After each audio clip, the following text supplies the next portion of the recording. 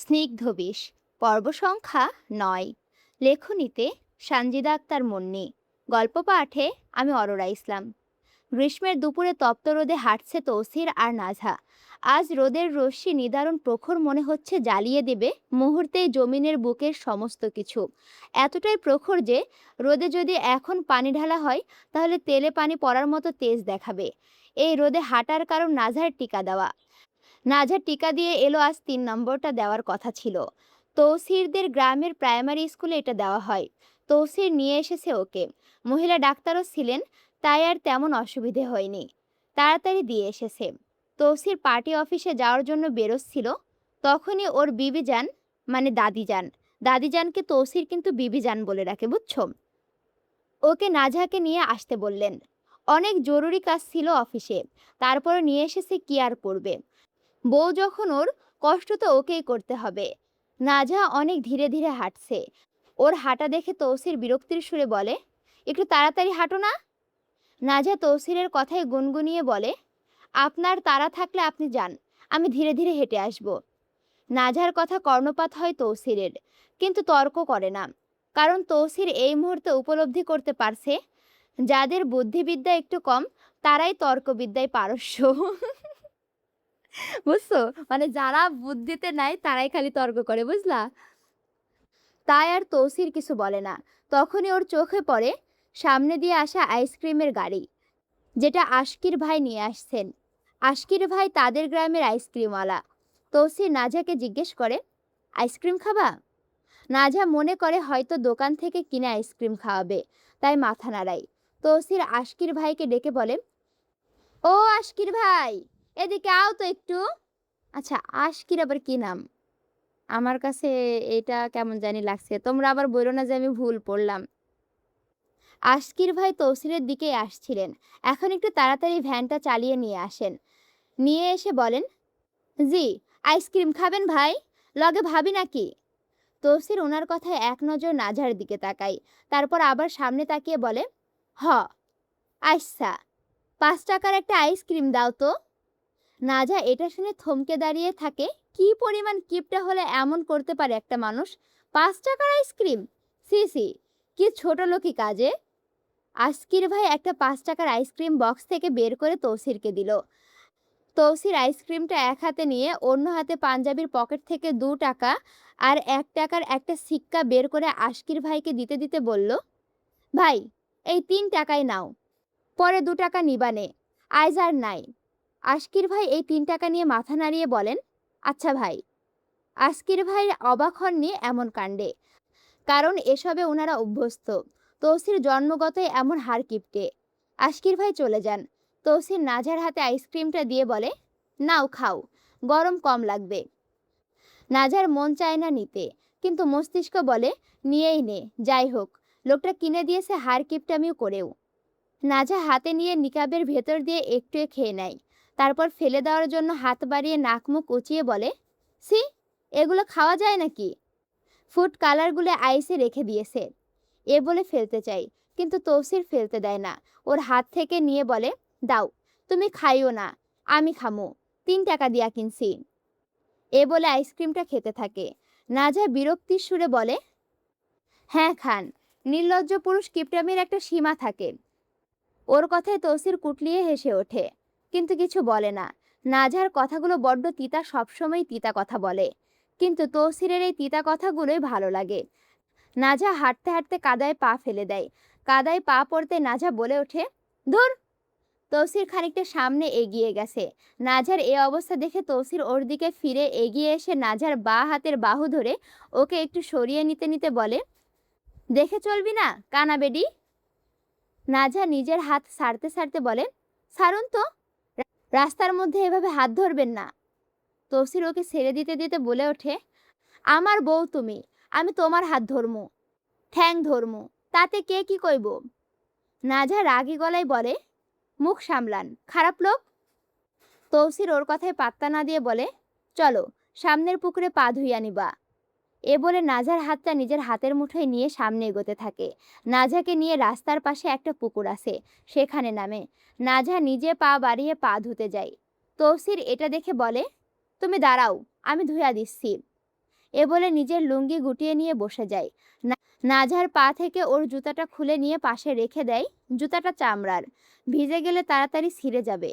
তৌসির তো আবার আয়করি মানুষ, মূলত এ কারণে ও নাজহার পা ধুয়ে দিচ্ছে, নয়তো বয়ে গেছে পা ধুয়ে দিতে। তৌসির নিজ হাতে পানি দিয়ে নাজহার পা ঘষে ঘষে কাদা ছাড়িয়ে দেয়। নাজহা থমকে তৌসিরের দিকে তাকিয়ে রয়। মানুষটা টাকা পয়সার দিকে কিপটা হলেও যত্নের বেলায় মহারাজা। এই যে একজন পুরুষেও ওর পাশ হলো একদম নিরহংকার ভাবে। নাজহা খানিকটা মুগ্ধ চোখে ওর দিকে তাকিয়ে রয়। তৌসির ওর পা ধুয়ে জুতাটা সুন্দর করে হালকা পানি দিয়ে পরিষ্কার করে ওর পায়ের কাছে দিয়ে বলে, নাও, পরে নাও। আর চামড়ার জুতা এমনি দইরা এসে ভিজাইতে নিও না, ছিঁড়ে যাবে সকাল। নাজহার পায়ের জুতা পরিয়ে দিচ্ছে তৌসির, সেই তৌসির যাকে বাঘ বলে জানে মানুষজন। এই দৃশ্য নিজ নয়নে দেখেও ঠিক যেন বিশ্বাস করতে পারছে না নাজহার মাস্টার চাচ্চু আর ওর ৩ নম্বর চাচার ছোট ছেলে মুত্তাসিম নাজহার সাহেব ভাই। ওনারা এসেছিলেন নাজহার টিকার কার্ড দিতে, কিন্তু এসে জানতে পারেন ওকে তৌসির স্কুলে নিয়ে গিয়েছে। কার্ডের প্রয়োজন নেই, তাই কার্ডটা ওদের কাছে দিয়ে ওনারা ফিরতে নিচ্ছিলেন নিজেদের গ্রামে। তাদের গ্রাম আবার বেশ দূরেও নয়, কাছেই। যাওয়ার সময় দূর থেকে তৌসির আর নাজহাকে দেখতে পান ওরা পুকুরে নামছে, তাই নাজহাকে একটিবার দেখার জন্য এসেছেন। মাস্টার চাচ্চু মানে নাদের তালুকদারের বড় আদরের নাজহা। নাজহা আর তৌসিরের ওপরে উঠে এসে মাস্টার চাচ্চু আর সাহেব ভাইকে দেখে চমকায় সামান্য মাত্রায়। তৌসির ওনাদের দেখে মোটেও খুশি হয় না, শত্রুকে দেখে কেই বা খুশি হবে, কিন্তু তাও কিছুটা কটাক্ষের হাসি দিয়ে বলে, সালামু আলাইকুম শ্বশুর মশাই আর সাহেব ভাই, কেমন আছেন? ওনাদের গায়ের চামড়া জ্বলে যায় এমন কথা শুনে, তারপরও মৃদু হেসে দুজনে মাথা নাড়িয়ে বলেন, ওয়ালাইকুম আসসালাম, আলহামদুলিল্লাহ। মাস্টার চাচ্চু নাজহার মাথায় হাত বুলিয়ে দিতে দিতে নির্লিপ্ত সুরে বলেন, কেমন আছিস? নাজহা মাথা নাড়িয়ে উত্তর দেয়, আলহামদুলিল্লাহ ভালো, তোমরা? এ বলে সাহেব ভাইয়ের দিকে তাকিয়ে বলে, কেমন আছো সাহেব ভাই তুমি? কেমন আছো সাহেব ভাই এ কথাটা বুকের অন্তঃস্থলে গিয়ে গেঁথে যায় সাহেব ভাইয়ের। ভেতরটা ফাঁকা ফাঁকা লাগতে শুরু করে। নিজের মন চায় বলতে, তোকে অন্যের বক্ষে দেখতে কেমন থাকতে পারি বলতো, কিন্তু আফসোস, তা উনি কখনোই বলতে পারবেন না। ওনারা যা বলার, যা ভাবার তা শুধু একান্তই। এই যে ওকে ভালোবাসেন এটাও ওনার ব্যক্তিগত। আচ্ছা, এখানে কথা হচ্ছে, এখানে লেখা আছে বাধ্যগত। আমার মনে হয় শব্দটা ব্যক্তিগত হবে। কেউ জানে না, আল্লাহ ছাড়া কেউ না। সাহেব ভাই অল্প হেসে বলেন, এই তো আছি, তোর টিকার কার্ড দিতে এলাম, দিয়ে এসেছি। তোর সাথেও দেখা হয়ে গেল। নাজহা ওনার কথায় মাথা নাড়িয়ে ছোট্ট করে বলে, ও। মাস্টার চাচ্চু তৌসির আর নাজহার দিকে তাকিয়ে বলেন, আচ্ছা তাহলে আমরা যাই, বাড়িতে কাজ আছে। নাজহার তৌসির মাথা নাড়ায়। তৌসির নাজহার হাতটা নিজের হাতের মুঠোয় আলতো করে আগলে নিতে নিতে বলে, মাঝে মধ্যে আইয়েন এমনি ভাতিজার খোঁজ খবর নিতে। মাস্টার চাচ্চু আর সাহেব ভাই যাওয়ার জন্য উল্টো দিকে পা বাড়িয়ে বলেন, হ্যাঁ হ্যাঁ, সে তো আসবই। মুখে এটা বললেও মনে মনে বলেন, তোর মতো শয়তানের কাছে দিয়েছি বিয়ে, আসতে তো হবেই। স্বরের স্বর কোথাকার।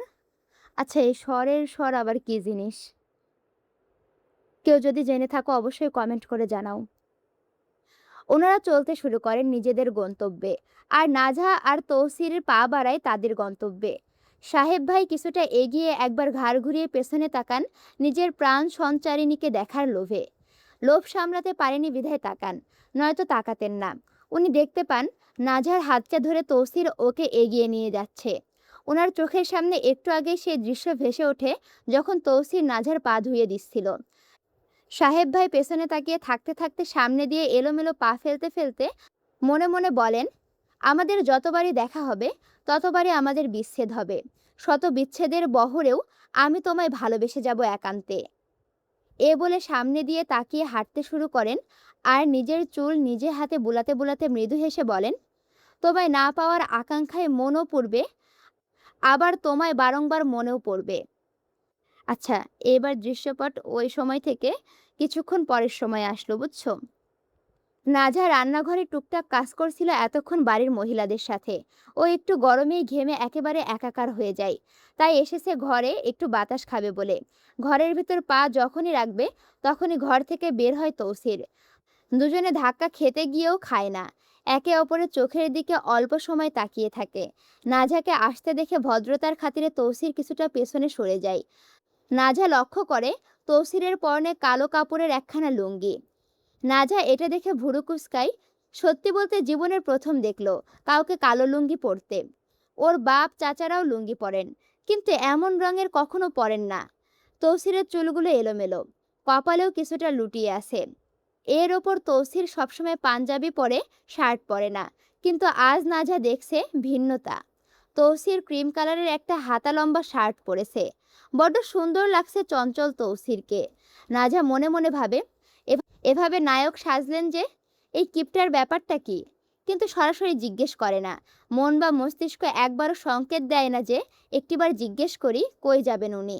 নাজাকে এভাবে দাঁড়িয়ে থাকতে দেখে তৌসির বলে ওঠে, শুনো তালুকদারের মাইয়া, আজ আমি রাতে আসতে নাও পারি। তুমি সিমরানের নিয়া ঘুমাইয়া যাইও, যদি ডরাও।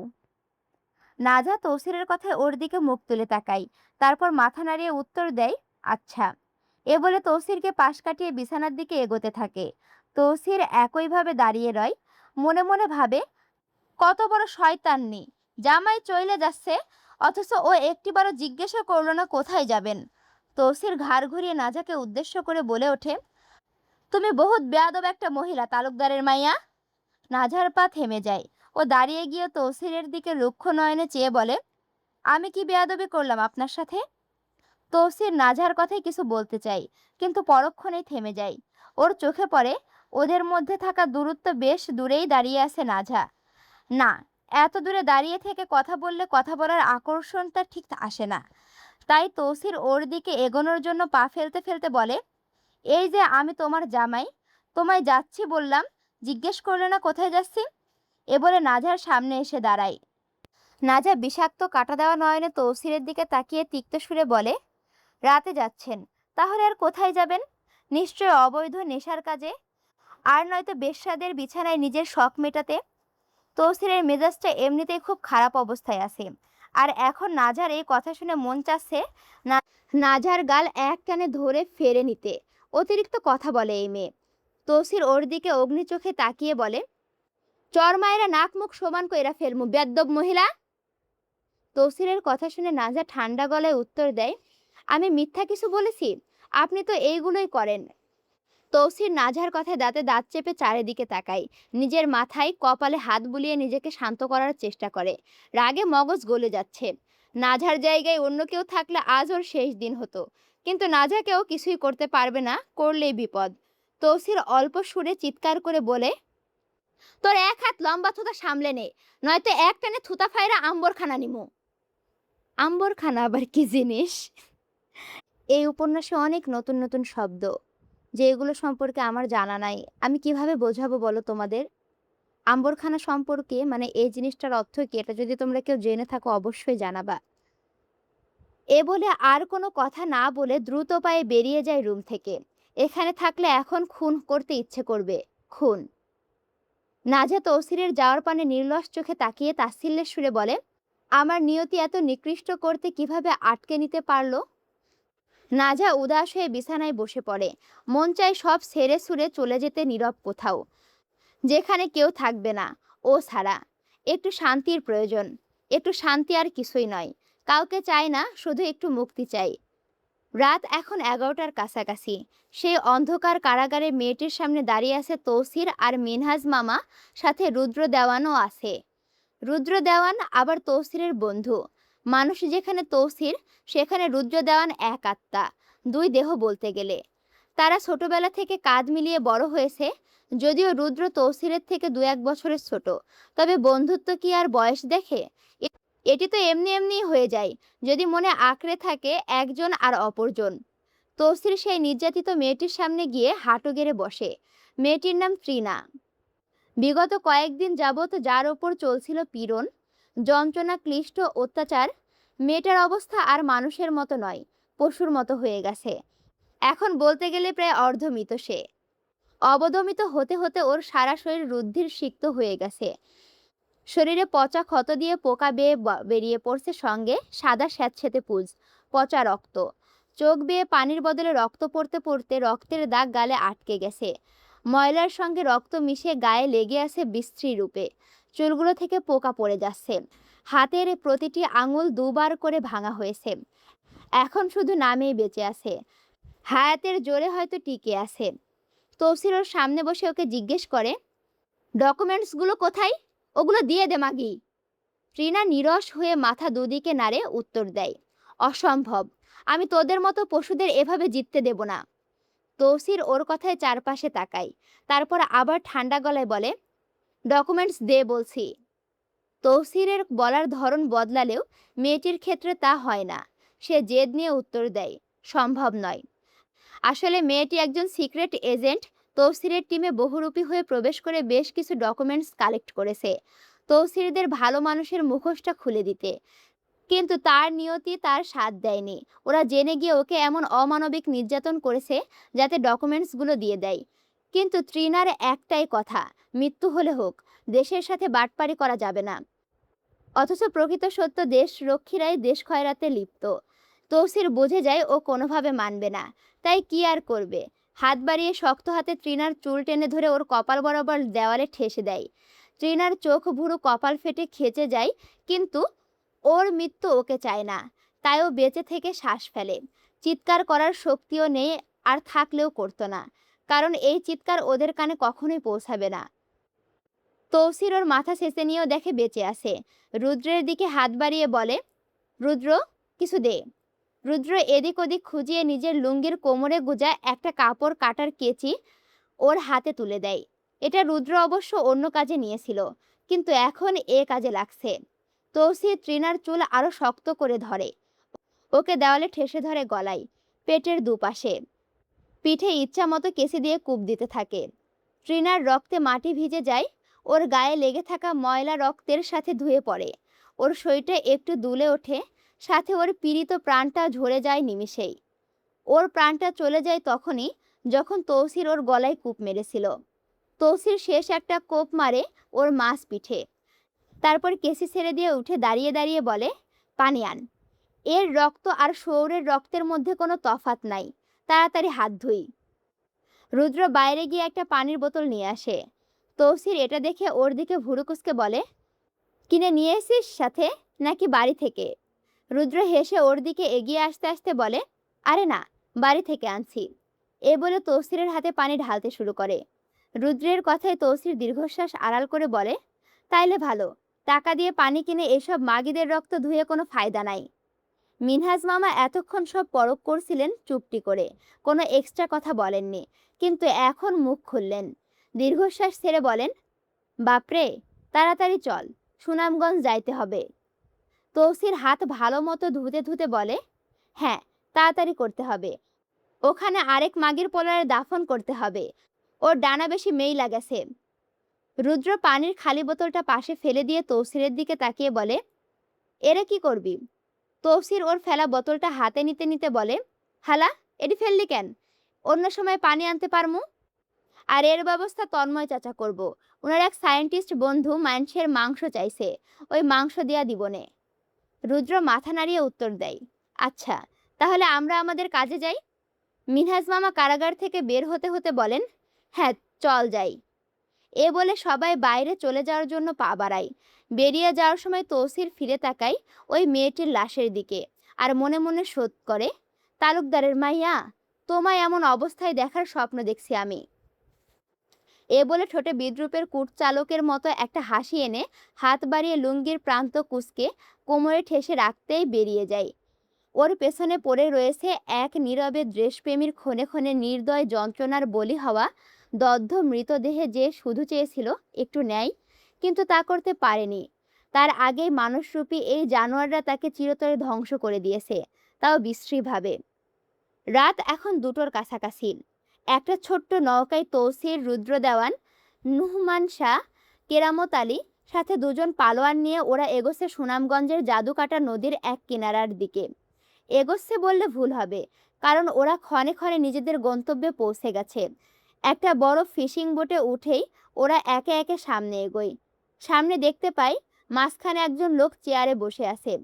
আলতো আলো লাইটের সাথে চাঁদের চাঁদনিতে তৌসিররা স্পষ্টই ওদের দেখতে পাচ্ছে। সেই লোকের চারিপাশে দাঁড়িয়ে আছে কিছু গুন্ডা সুন্ডা টাইপের লোক। লোকটির নাম ইজ্জত আলী। তৌসিরকে দেখে সে বিকৃত হাসি দিয়ে উঠতে উঠতে বলে, কি রে, তুই আইলি? তোর লাইগা আজ না ঘুমায়া অপেক্ষা করছিলাম। তৌসির ইজ্জত আলীর কথায় মেকি হেসে ঘাড় ঘুরিয়ে নিজেদের লোকের দিকে একবার তাকায়। তারপর সামনে তাকিয়ে নিজের লুঙ্গির নিচের এক কোণা তুলে দিয়ে হাতে নিয়ে 2 কদম এগিয়ে তাচ্ছিল্যের সুরে বলে, হ ভাই আইলাম। এখন আমার মালগুলো আমায় দিয়া দেন তো দেখি। ইজ্জত আলী ওর কথাটা ঠিক তেমন গায়ে মাখে না। উল্টো ভাব নিয়ে লুঙ্গির কোণ হাতে তুলে নিয়ে আস্তে আস্তে বলে, আমার এলাকায় যে মাল আয় সেই মাল আমার হইয়া যায়, তাই ফেরত পাওয়া সম্ভব নয়। তৌসিরের রাগ উঠে যায়, কিন্তু রাগ না ঝেড়ে ওর সামনে গিয়ে দাঁড়ায়। ওর চোখে চোখ রেখে বলে, 11 লাখ টাকার মাল তোমার এলাকায় আয়া আটকেছে, তাই ক্যাচাল না কইরা দিয়া দাও মালের নৌকাটা। ইজ্জত আলী তাচ্ছিল্যের সহিত বলে ওঠে, তুই আমার এলাকায় ব্যবসা করবি আর আমারে ভাগ না দিয়া চইলা যাইবি? এটা হইব না, মাল নিতে হইলে ভাগ দিতে হইব। তৌসির ভুরু কুচকায়, কত? ইজ্জত আলী চারিপাশে একবার তাকায়, তারপর ভাবলেশীনভাবে বলে, বেশি না, 2 লাখ প্রতি 10 লাখে হইব। তৌসির এটা শুনে মুচকি হাসে, তারপর জিহ্বা কামড়ে শক্ত হাতে একটা থাপ্পড় বসিয়ে দেয় ইজ্জত আলীর বাঁ গালে। এক থাপ্পড়ে ঠোঁট ফেটে পিকচার হয়ে কয়েক ফোঁটা রক্ত বেরিয়ে আসে। তৌসির দাঁতে দাঁত চেপে বলে, পয়সা বাঁচাইতে সিরা লুঙ্গি তালি দিয়া পড়ি, আর তুই কস বিনা কারণে তোরে দিয়া দিতাম লাখ টাকা? ইজ্জত আলীর লোক ওদের দিকে তেড়ে আসতে নাই। তৌসির হাত দিয়ে থামিয়ে ওদের চিৎকার করে বলে, এই খানকির পোলারা, থাম, নয়তো সব কয়টারে কুত্তার মতো চাইনা ছিড়মু। এমন হুঙ্কার শুনে আমার আশেপাশে যারা আছে জিলকায় উঠছে, বুঝছো? বাহ! এমন হুঙ্কার শুনে ওরা কিছু সময়ের জন্য থেমে যায়। তৌসির ইজ্জত আলীর কলার 2 হাতে টেনে ধরে ওর চোখে চোখ রাখে, বলে, তোর মতো বহুত বগারে আমি আমার জীবনে ঠিক করছি, তাই তাই আমার লগে পাঙ্গা নিস না, নয়তো বংশের বাতি জ্বালানোর ওইটা আর লগে থাকবো না। ইজ্জত আলী এত বড় অপমানে চিৎকার করে বলে, তোর সাহস এত বড়? শৌরের বাচ্চা, তুই আমার ইজ্জতের ওপর কথা কস?